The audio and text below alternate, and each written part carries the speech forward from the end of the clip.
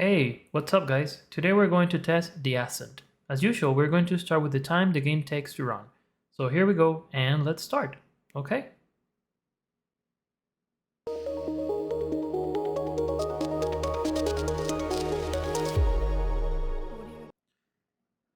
After clicking, we see that the game takes around 3 seconds, which is very fast for this game. And now we're going to just wait until the game completely opens, and then we're going to do our usual inspection of the game settings, display, test or afterburner setup for the game. So here we go, we're on the main menu, we press play, we see that NVIDIA recognizes the game. Now before we start our test, we open Afterburner so I can monitor, the CPU, the GPU, the process, the consumption, temperatures, just normal scenarios for analytics. So let's just confirm that we have Afterburner running. I press my button to make sure it runs. Let's take a look. So yes, here we load Afterburner and we start with general settings, okay? So let's go. Let's go to general settings. In general settings, we see that we have a plethora of options. Let's start with gameplay. We have tutorials, subtitles, camera shake, aim assist, and vibration. The aim assist setting is a very controversial one. Not many games allow for you to change actually the aim assist. Accessibility, we have a lot of information for the subtitles, how you want them, the size, the shadow, the color. That is a very good option because I think everybody deserves to be able to read the game, especially when the games nowadays have several different accents, and sometimes it's difficult for people. This is for the colorblind, and the colors you can change them, which is pretty nice, pretty consistent to be able to have people that are colorblinded to be able to enjoy the game. Now let's start with input method. The controller layout is pretty well established. I believe you cannot modify it. Compared to the mouse and keyboard, we have a lot of settings that we're able to change and modify, just like you would expect from a PC game. Now we're going to audio settings. You have a very good balancing mixing option, so you can actually monitor and change every system, every sound in the game. And you can also have the audio mode, home theater, headphones, and stereo. For the display settings, we're going to look into borderless, full screen, and windows. It has VSync, we of course turn it off. We can test full screen. There you go, we press apply. We might see a black screen when we press apply. Let's take a look. Yes, there we go, so a black screen. This is fairly standard sometimes when the game is changing the settings, and that's okay. Remember, we take a VSync off because our monitor is FreeSync compatible, so we use that in able to enjoy the most of the games without having screen tearing.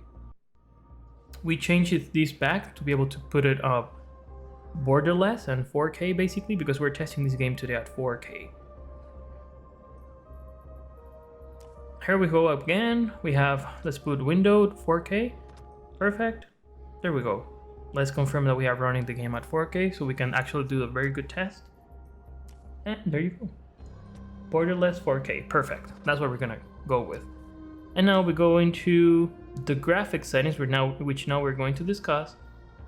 The graphics settings, we are going to see a lot of settings, which is actually pretty good because that is a typical of a PC game that we want. We just don't want a console port. So here we go, graphics settings. We have resolution scale, texture, shadow, anti-aliasing, view distance, effects quality. Even you can change the engine program like DirectX 11, or DirectX 12. DirectX 12 usually increases performance a little bit, but some games just simply don't allow you to run it. For example, in Fortnite, DirectX 12 is still in beta. So I'm just gonna leave DirectX 11 because that's the standard. And of course, ray tracing is disabled because my graphic card does not allow for ray tracing. So now let's go into performance mode. We can see that the game is definitely using all of my GPU, around 99%, 98%. This is a cinematic that is actually run in-game engine, so it's not a movie, but rather is rendered right now. Every time you open the game, this cinematic is going to render itself. That's why you can see 99% of my GPU is being run. And now, just basically, we're just gonna see how it, fares. We're seeing here some little history until we really, for the terms of performance that we're looking for, we're not really looking for the performance in the cinematic. So at some point we're just gonna skip this. We can see that the cinematic is definitely GPU intensive, a lot more GPU than my CPU. This means that the bottleneck is in my GPU.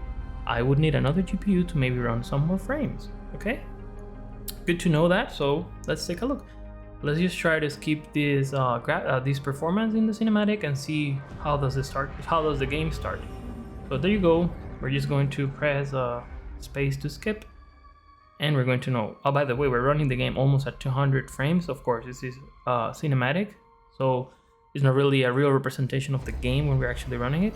This is more closely related to the game. So we're seeing 120 frames, 130. So let's take a look and see how does the first actually game start when you're going to choose your character or what we're gonna do. So here we have a very fairly choose your character screen. I'm just gonna go random. I'm gonna just press click several times until I stop. Okay, let's just choose this and see how the game runs. As soon as we see this area, we see a solid 150, 130, 120 frames. 99% of my GPU is being in use, so the game is very GPU demanding, which is very good. We have a very good illumination, very good textures, and it seems very, very good. We see very good shadows, very good screen space reflections. We're gonna see right now here when this is moving. Those are real-time reflections, not ray tracing, but simply real-time reflections. Now, the game also suffers from a little bit of frame time instability. What I mean by that is at certain points in the game, for example, this loading screen, you can see a lot of frame drops suddenly, but nothing has really changed. There's nothing demanding in that point, like to justify this drop in frames and then these frame time issues. And to further show and explain my case, I'm just gonna showcase some places on some little footage that I have where you can see that the frame time really is having like a stutter when it shouldn't have. So I'm just gonna show you that, and let's go there and you can see it, okay? I'm just gonna do some cutscenes so you can see what I'm talking about in the frame time. You're gonna see that every time I enter into combat 3 or 4 enemies, it's very, very strange that I have frame time issues. As same as there's a loading part where you're going to talk to a NPC character, and it also shows a little bit of stutter. You can see that the frame time graph, you can see these little spikes. That is a frame time stutter, inconsistency, and you can actually feel it because it makes you feel like the game is like literally stuttering. So take a look at this area. I'm just gonna, activate these terminals. You're gonna see, look at the stutter, it's simple illumination. There's no enemies, but a lot of stutter, which is very, very strange.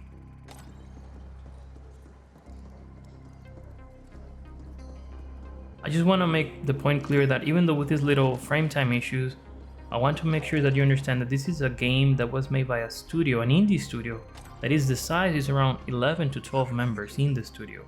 So we're actually seeing some maybe AAA quality game made by just 10 to 12 people in a studio.